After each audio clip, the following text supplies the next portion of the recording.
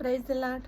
ఈరోజు దేవుని వాగ్దానము కీర్తనల గ్రంథము 34 అధ్యాయము 19వ వచనము. నీతిమంతునికి కలుగు ఆపదలు అనేకములు, వాటన్నిటిలో నుండి యెహోవా వానిని విడిపించును.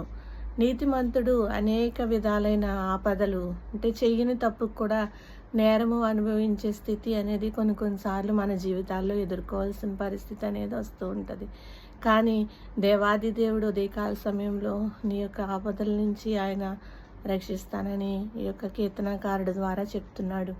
అంటే దేని విషయంలో మనకి కలుగు ఆపదలు, కుటుంబ పరిస్థితి విషయంలో, ఆర్థిక విషయంలో కానివ్వండి, మన భవిష్యత్తు ఏమైపోతుంది, రేపు ఏమవుతుంది, మా యొక్క బాధలు, ఆర్థిక ఇబ్బందులు, ఎటువైపు నా జీవితం పయనమవుతుందని మనము ఎంతో ఆవేదన చెందినప్పుడు దేవాది దేవుడు నీతిమంతులు కలుగు ఆపద నుండి యెహోవాయే రక్షించిన దేవాది దేవునికి ఈ చిన్న మాటల ద్వారా